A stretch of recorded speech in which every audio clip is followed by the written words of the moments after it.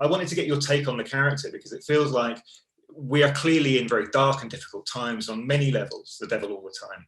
You know, it's a dark and difficult film about dark and difficult themes.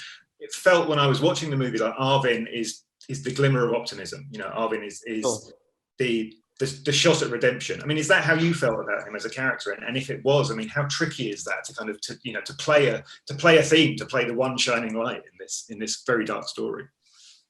Yeah, I always kind of looked at him like this just innocent little kid who was growing up in terrible circumstances and in a terrible place. He definitely is the kind of glimmer of hope or the glimmer of light in this film, in the sense that he's just always trying to do the right thing. It just so happens that in this film, doing the right thing means killing people.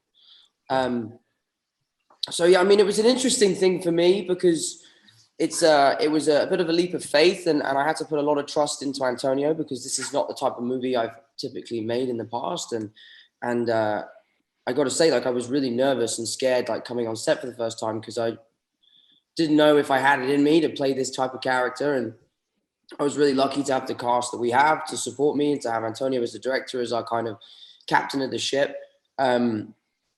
Because yeah, he is a really complicated character, and it is very dark, and I had to kind of go to places mentally that I didn't know I could go to, or don't think I ever want to go to again.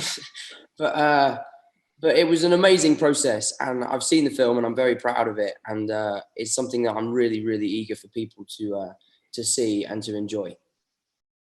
And I had a question for kind of you and Bill together, actually, which kind of reflects on that generational aspect of the story, because obviously you're playing father and son, and the relationship between you is, you know, it's pivotal to everything that happens.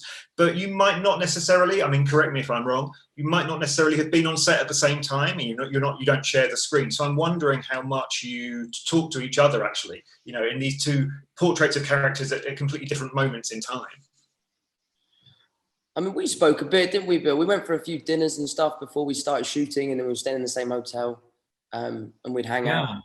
Yeah, I think you and I were like some of the first to get out there in Alabama, I think. So it wasn't like the full cast wasn't there at the start. So we tried to spend some time, get to know each other, and so we did like sort of a quick read through as well, didn't we? Yeah, and we were like, yeah, we kind of worked it out a little bit, and Tom was reading young Arvin's lines with me to just kind of get those words out there, obviously, because it happened to him when he was a kid in the story. So yeah, and it was nice spending some time, and also just we talked to I remember with Tony as well to kind of figure out if there's some mannerisms and things that that you kind of feel that this is because so much of the story is the just generational thing of what is passed on through from father to son. So yeah.